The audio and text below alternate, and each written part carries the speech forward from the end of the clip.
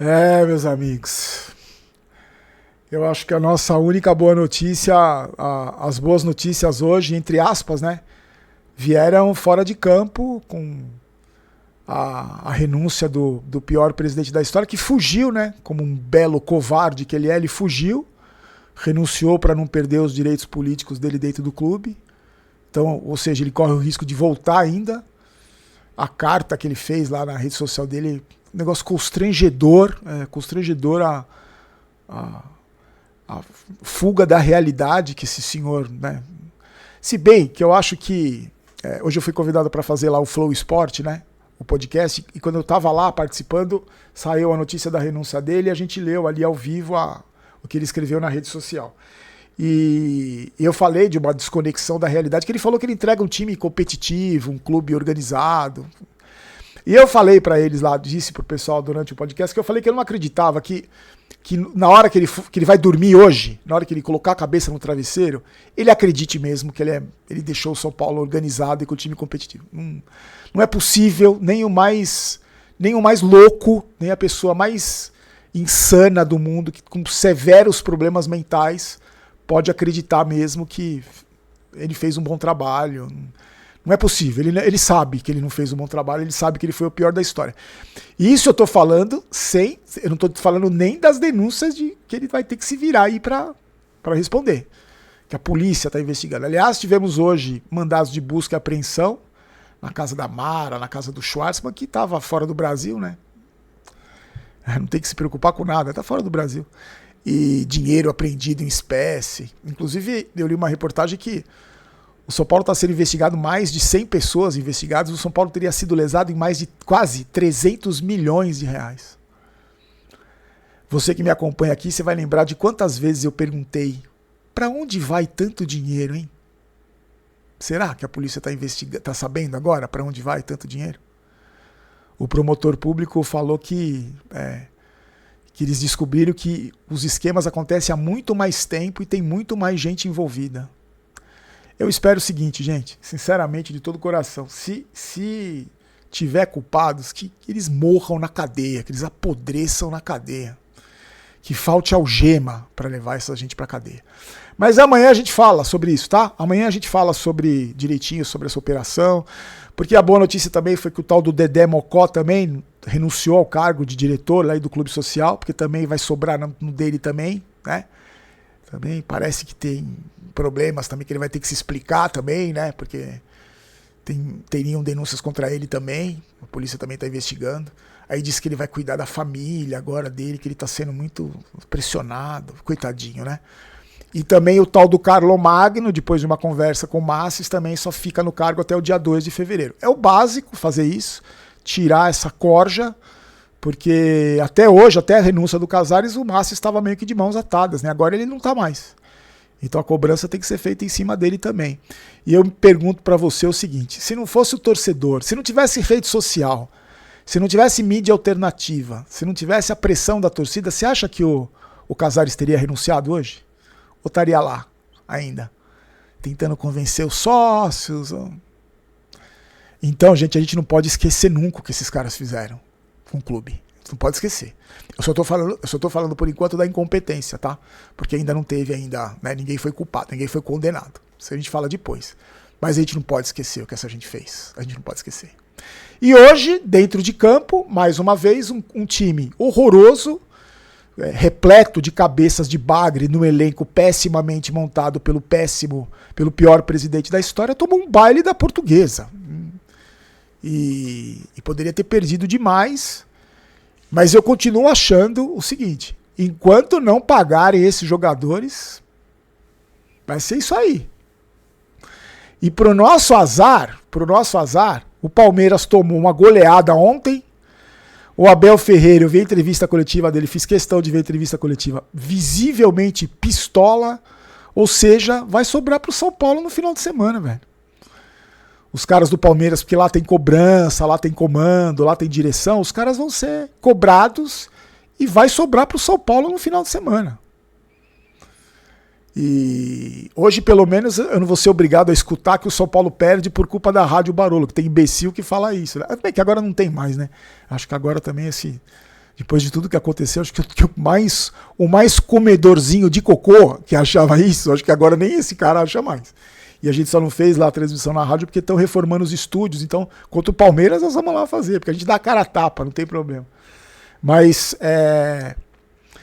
eu queria saber primeiro de vocês o que vocês acharam da covardia do presidente que renunciou e das saídas do Dedé e desse Carlos Magno. Acho que a saída dos dois é importante, só que o Casares ainda a gente corre risco de tê-lo aí em breve, porque as pessoas vão esquecer.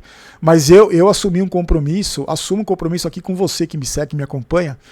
Eu não vou deixar que esqueçam. Se depender de mim, esses caras vão ser lembrados sempre. Hoje, na hora da live do intervalo, eu tava falando dessas histórias, aí já tinha torcedor, e o jogo? Fala do jogo. Eu falei, amigão, o jogo hoje é o menos importante do que aconteceu com o São Paulo hoje, de investigação, de dinheiro em espécie apreendido, de o promotor público falar que o São Paulo foi transformado num caça-níquel. O jogo hoje contra a Portuguesa é o menos importante de tudo isso. Porque se não resolver essa questão, se as pessoas não forem investigadas, o que a gente viu contra a Portuguesa hoje vai acontecer mais milhares de vezes, como vem acontecendo nos últimos 15 anos. A gente vai falar do jogo agora, vamos falar do jogo, mas o que aconteceu dentro de campo hoje é só um reflexo. É só um reflexo. O time que a gente tem, a falta de qualidade, a falta de empenho, é 100% a ver com essa gestão imunda, podre desse presidente e o pior da história. Então, não adianta se separar, não adianta, vamos falar dos cruzamentos errados, do Rafael, do Tolói. Quem que trouxe o Tolói? Pagando uma fortuna para esse Tolói aí? Quem que trouxe esse Doria aí? Pagando uma fortuna para ele? Quem que trouxe? Não foi o pior presidente da história? Então, a gente está pagando o preço.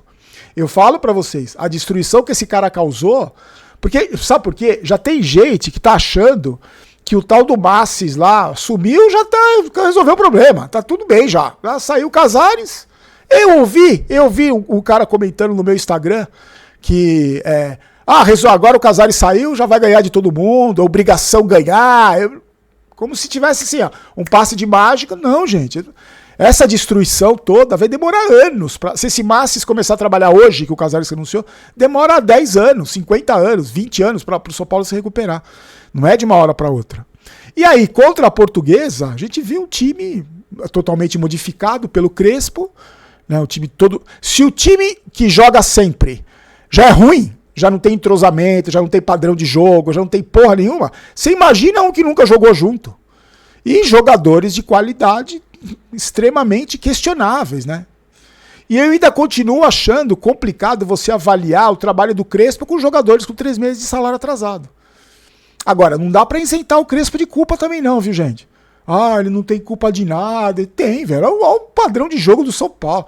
Aliás, você que tem uma memória muito melhor que a minha, me ajude. Qual foi o último time do São Paulo que tinha padrão de jogo? Que entrava em campo, você falava, não, o São Paulo vai jogar desse jeito, joga pelas pontas, joga pelo meio, o meio de campo joga assim, é sempre o mesmo padrão, troca uma peça, troca outra, e jogando bem, né? Porque o padrão de jogo podre, a gente vê faz, sei lá quantos anos que o São Paulo tem um padrão de jogo nojento, podre. E eu não tô falando assim os primeiros 5 jogos do treinador quando ele chega, os 10 primeiros jogos, a invencibilidade. Tô falando padrão de jogo, padrão. Na live, que a gente acompanhou o jogo o segundo tempo, na live, um amigo falou assim, Barolo, o São Paulo do Dorival tinha padrão de jogo. Eu falei, que padrão de jogo? O São Paulo do Dorival quase caiu. Ganhou a Copa do Brasil, porque ganhou aqueles 3 jogos, quase foi eliminado contra o Sport, lembra? Aí ganhou do Palmeiras, Corinthians e Flamengo, e depois quase caiu no Brasileiro, tomou de 5 do Palmeiras. Também não tinha padrão de jogo nenhum. E a falta de padrão de jogo, pra mim, é problema do treinador. É problema do treinador. Mas como o São Paulo é um clube sem comando, que a gente sempre fala, né? Eu falo desde que o Diniz saiu. Não tem respaldo da diretoria, quem manda são os jogadores. Chega um treinador que nem chegou o Zubeldia, o São Paulo ficou invicto alguns jogos, ganhava na Bacia das Almas, como foi aquele jogo contra o Cruzeiro, lembra? Que o Cruzeiro massacrou o São Paulo, aí o Cruzeiro teve um jogador expulso, o São Paulo ganhou na Bacia das Almas. Aí começa a cair, aí o Crespo chegou também, tirou o São Paulo lá de baixo do Campeonato Brasileiro, aí o time também começa a afundar. Porque não tem comando, não tem. Os jogadores que decidem, os jogadores fazem o que eles querem. Então não adianta, você traz um treinador, como é o caso do Crespo, que tem uma história como treinador, uma história como futebol gigante, mas uma história como treinador minúscula. Ele vai resolver o problema? Ele vai dar padrão de jogo para um bando de cabeça de bagre que tem aí? Não vai, não vai. Jogador que não recebe salário? O treinador do Mirassol, por exemplo, eu vou usar como argumento, também não tem história como treinador, não tem nem como jogador. Mas no Mirassol o salário é pago em dia, no Mirassol tem uma organização, no Mirassol o presidente não está sendo investigado por corrupção. E os jogadores respeitam o treinador, a diretoria respalda o treinador. Então você percebe como é muito mais complexo, porque quando a gente discute a incapacidade de um Tolói, né, que veio aí se encostar, ganhando quase 1 milhão por mês, veio aí se encostar, trazido por esse presidente e esse presidente podre. Quando a gente fala só do Tolói, por exemplo, estou citando o exemplo do Tolói, mas é qualquer um. A gente esquece, parece que é só o Tolói o culpado, né? Não, é tudo, é uma estrutura que cerca, é tudo que cerca. Mas o Crespo também tem culpa, não vou passar pano pro Crespo não dá para isentar o Crespo. O time é podre, o time não tem padrão de jogo. Com 3 zagueiros, com linha de 4, não tem. Toma o baile da Portuguesa, toma o sufoco do São Bernardo. Com todo respeito a esses times, né? Estou falando que é para deficiências do São Paulo. E a gente viu o primeiro tempo com a Portuguesa dentro do Morumbi dominando o jogo. Que é um time, não é um time fortíssimo, tanto que a torcida da Portuguesa está bem pistola com a SAF, que não investiu nada, investiu muito pouco. E aquilo que eu digo para vocês, que SAF não quer dizer absolutamente nada, não garante nada, mas a Portuguesa dominou o jogo. O São Paulo não consegue finalizar. Olha o Lucas jogando, gente. Olha o Lucas jogando. Até quando? Até quando vai se pagar milhões pro Lucas pra ele jogar o que ele jogou hoje? O que ele vem jogando aí nos últimos... Depois daquele jogo contra o Corinthians da Copa do Brasil, o Lucas não jogou mais nada. Machuca, volta, tenta, chora, diz que sofre muito. O paparazzi pega ele chorando quando o São Paulo perde, abraçando a família. Jogar bola que é bom, cadê, velho? Cadê o Lucas? O maior salário desse elenco aí. Aí, o São Paulo, a Portuguesa melhor, tem um futebol melhor, faz o gol numa jogada. Olha o Tolói, gente. Olha o Tolói no primeiro gol da Portuguesa. Você percebeu o Tolói? Onde ele estava? O que ele fez? A postura dele de zagueiro? O zagueiro da Champions League. É isso. Quem que trouxe o Tolói? Pagando uma fortuna para ele. Um encostado que veio se encostar e encerrar a carreira aí. Aí o Caleri, que tinha perdido o gol, o gol que o Caleri perdeu, eu falei o seguinte na live: se cruzassem 20 bolas iguais àquela e falassem pra ele assim, perde o gol, perde, não faz, perde, ele não ia conseguir perder os 20 gols. Pelo menos umas 15 ele ia colocar pra dentro. Ele conseguiu perder o gol. Porque tecnicamente o Caleri é um Tapia com 2.0, é um Tapia com grife. Também tecnicamente é um jogador horroroso. Mas ainda tá voltando, então ele fez o gol que era. Ele fez 2 gols muito mais difíceis do que os gols que ele perdeu. Mas o Caleri hoje, o jogador Caleri, pra mim é o máximo que o São Paulo consegue. É o máximo. É um cara que vai fazer os gols que nem hoje ele fez, que não valeram nada, mas que ele fez os gols, e vai perder o gol que ele perdeu dentro da pequena área debaixo do gol. Porque, eu falei no vídeo passado que custava o São Paulo ter um jogador que tabelasse, tocasse, que fizesse. Mas dentro do padrão São Paulo, o Caleri é gênio. O Caleri vai ter um bandeirão, daqui a pouco pode escrever, vai ter bandeirão aí. E perde um gol inacreditável, depois a Portuguesa faz o gol que, numa cobrança de pênalti, que na live eu falei, o Rafael vai pegar, os caras começaram a rir. Olha o goleiro que a gente tem, gente. Como é que pode um goleiro, que eu falo que ele é nota 6 e tem gente que fala que não, que ele é nota 8. É um goleiro nota 8 que não pega pênalti. Que goleiro no mundo que você em sã consciência dá uma nota 8 e o cara não é pegador de pênalti? Ele só vai pro mesmo canto, né? Ele só sabe pular no mesmo canto. E foi deslocado. E o terceiro gol, que ele espana a bola pra frente e toma um gol. É o goleiro do São Paulo, gente. É isso. É o padrão São Paulo. O goleiro Rafael. Que pra muitos, quando ele faz 2 defesas, os caras vêm aqui no canal. Fala do Rafael agora, puta goleiro. Você merece o Sidão. Então, fica nessa régua baixa aí. Infelizmente, alguns torcedores do São Paulo se acostumaram, né? Fica nessa régua baixa. Aí só toma o terceiro gol e o Caleri faz o terceiro e vai pro bumba meu boi, sem esquema tático nenhum, só chuveirinho na área, com Ferreirinha. Cara, eu vi o Miller jogar, velho, sou obrigado a ver o Ferreirinha jogar. É triste, velho, é triste. E aí perde mais uma, fica com 4 pontos, cai na tabela. E hoje, antes do jogo, eu estava vendo um cálculo que fizeram, que para se garantir na primeira divisão do Paulista tem que fazer pelo menos 9 pontos. O São Paulo tem 4. Agora pega o Palmeiras e depois pega o Santos. Ah, mas a gente falou, não, Barão, você é louco, não vai cair nunca no Paulista. É isso aí.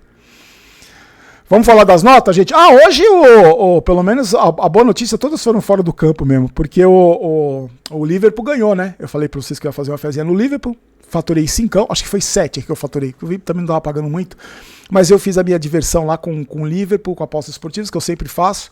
Tem o Aposte Ganha, essa promoção, vai lá na aba de promoções, só clique em participar, você já está participando, você tem os dinheirinhos lá para você apostar, faz que nem eu, pega esse dinheirinho, aposta, se diverte. O Liverpool me garantiu. Tá no primeiro comentário fixado aqui, você sabe, né? Você clicou, vai sair na página da KTO. Se você não é cadastrado, você faz o seu cadastro rapidinho. Mas você já deve ser cadastrado, com certeza. E aí faz uma fezinha. Pega lá, jogo do Liverpool, vai. Quer ver? Faz uma coisa assim. Eu aposto, quando eu quero inventar muito, eu só me ferro. Mas quando eu quero me divertir e ganhar, eu vou jogar o Bayern de Munique. Aposto no Bayern. Ah, mas tá pagando pouco. Não interessa, eu quero saber quanto tá pagando, eu quero que acabe o jogo e fale, ganhei, acertei o time que ganhou. Então hoje eu acertei no Liverpool. Faz aí, se diverte com apostas esportivas. Faz que nem eu, velho. Isso aí é o melhor jeito de apostar. Os caras ficam bravos comigo que eu mando apostar 5. Mas não tem importância. É assim que eu faço assim. Quando eu quero me divertir, vou na certeza, vai no Bayern. O Bayern vai pegar uns times ruins aí no Campeonato Alemão. Eu me divirto assim com apostas esportivas. Vamos lá pras notas. Cara, que preguiça de dar nota pra esses caras, velho. Ai, meu Deus, que preguiça. Rafael, eu já falei pra vocês, gente. Não tenho nada pessoalmente contra esses caras, mas eles são horríveis. Meu Deus do céu, esse goleiro é horroroso, velho. E aí, você pode falar também, porque você deve ter visto o Rogério Ceni jogar. Então, né? Porque muitas vezes eu falo, eu vi o Caleri jogar, sou obrigado a ver eu vi o Careca jogar, sou obrigado a ver o Caleri e o Tapia. Eu vi o Dario Pereira jogar, eu vi o Valber jogar, sou obrigado a ver o Arboleda e o Tolói. E aí eu sei que quem não viu não vai ter ideia, né, do quem foi o Valber. Mas você viu o Rogério Ceni jogar, e é só comparar com o Rafael, né? É um goleiro nota 6, gente. É um goleiro nota 6. Ele fez 2 defesas no primeiro tempo, importantes, e tomou os gols que ele toma, de pênalti, o gol que a bola passa por baixo dele ali. Nota 6, um goleiro nota 6. Porque pra mim, um goleiro nota 6 é um goleiro que não pega pênalti, nota 6 é o máximo que ele pode chegar. E eu sempre falei, o Rafael é um bom reserva, o que ele foi a vida toda, no Cruzeiro e no Atlético, um bom reserva. O Cedric me recuso a comentar. O Tolói eu também não queria comentar, mas a gente tem que falar, né? Um cara que veio se encostar aí, que veio, né? Num clube sem cobrança, vem aí com o salário acordado, que não pagam, mas é muito, então um dia ele vai receber. Tá aí, ó, você viu o Tolói. Totalmente fora de rotação. O Tolói, 10 anos atrás, a qualidade dele era questionável. Você imagina agora, jogando de bengala. Horroroso, nota 0. Esse Dória também. Tá aí, o Dória. Barolo, mas o titular é o Alan Franco. Eu vi o drible que o bote que ele deu no gol do Corinthians. Tamo bem. O Arboleda também, o entrosamento dele com o Rafael no jogo contra o Corinthians. Pode ficar tranquilo, tamo tranquilo de zagueiro. O Nicolas é base, vai oscilar, fez um pênalti besta. Vocês acharam que foi pênalti? Eu achei que o jogador da Portuguesa, ele vira o corpo, tava parecendo que tava dançando break, vira o corpo, não sei o quê, mas não pode entrar numa bola daquela. Mas como é da base, né? Vai oscilar, vou deixar sem nota. O horroroso Pablo Maia manteve o padrão Pablo Maia de mediocridade e ruindade. Deve ter postagem do empresário dele pedindo desculpa para nós torcedores, né? De esse cara jogar futebol. O Negruti também não vou falar, partida apagada. O Lucas, gente.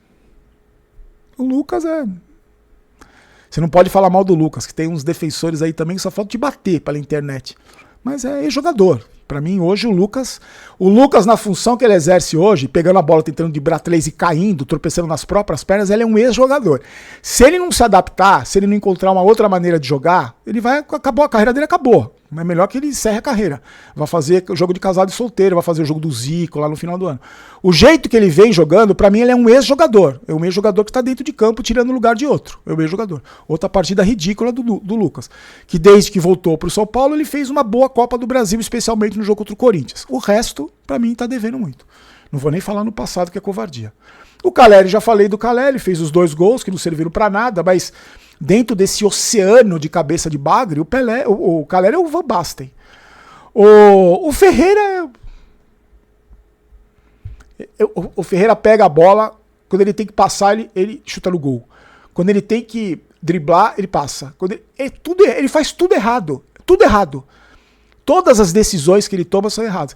Então puxa contra-ataque, tem 3 caras do lado dele, ele vai driblar pro lado de fora do campo. Aí perde a bola, cai na lateral. Aí pega outra bola, dribla 1, dribla 2, na hora que ele vai chutar, ele cruza. Aí cruza errado, a bola vai pra lateral. Aí pega, tem 3 caras do lado dele, ele limpa pro lado errado e chuta. A bola vai para fora do estádio. É um jogador desprovido de inteligência, vulgarmente conhecido como burro. Ferreira, nota 0. O Marcos Antônio entrou no segundo tempo também, tenta e nada. O Bobadilha fez o cruzamento pro gol do Caleri, foi a única hora que ele estava acordado no jogo. O Luciano não pode falar dele. Hoje o Luciano não foi decisivo contra a Portuguesa, né? Porque a Portuguesa é um nível um pouco melhor do que o São Bernardo.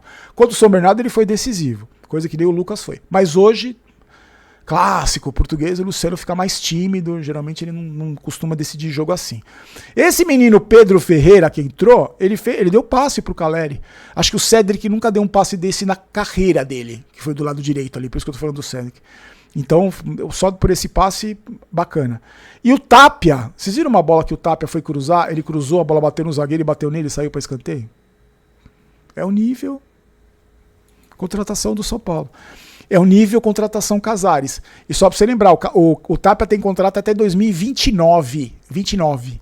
Provavelmente já vou ter morrido, seu filho já vai estar grande.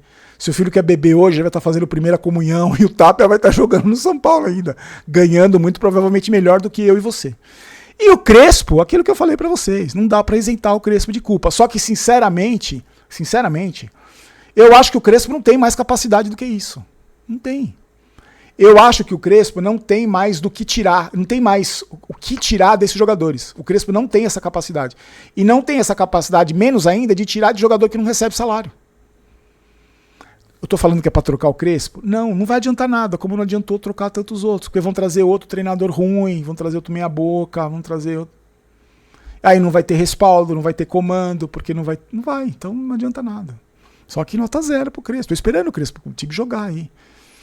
Agora, independente de qualquer coisa, eu acho que se tem um lado bom nessa derrota, eu estava esperando para falar isso no final do vídeo. Se tem um lado bom nessa derrota, é que pra gente, torcedor, a gente perceber que o estrago que esse nefasto presidente, esse presidente lixo que a gente teve, o pior da história, o estrago que ele fez foi muito grande. E não é de uma hora para outra que as coisas vão se resolver. Não é. Tem muito trabalho pela frente. Não é porque o Dedé saiu, porque o Carlos Magno vai sair. Sabe por quê? Senão vai ter comentário na internet, daqui a pouco você vai abrir sua rede social e vai falar, você vai ver assim, ué, a culpa não era do Casares? É do Casares. Então é bom que aconteça isso, para esse Massis aí ver que ele tem muita sujeira para limpar. Ele tem muita coisa para fazer. A destruição foi grande.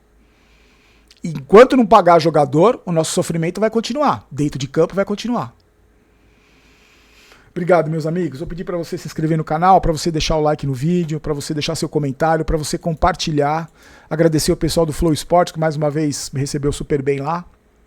E a gente volta amanhã com os detalhes dessa operação. Que vergonha, né, gente? Que vergonha, cara. Quando que eu ia imaginar que o São Paulo fosse tomar tanta surra dentro de campo e ser tão humilhado fora, cara. 300 milhões. Prejuízo de 300 milhões. A suspeita que foram desviados do São Paulo, gente. Você sabe o que é 300 milhões? Que falte algema. E se vocês prejudicaram o São Paulo, eu desejo que vocês apodreçam na cadeia. Fique com Deus. A gente volta amanhã. Tchau, tchau.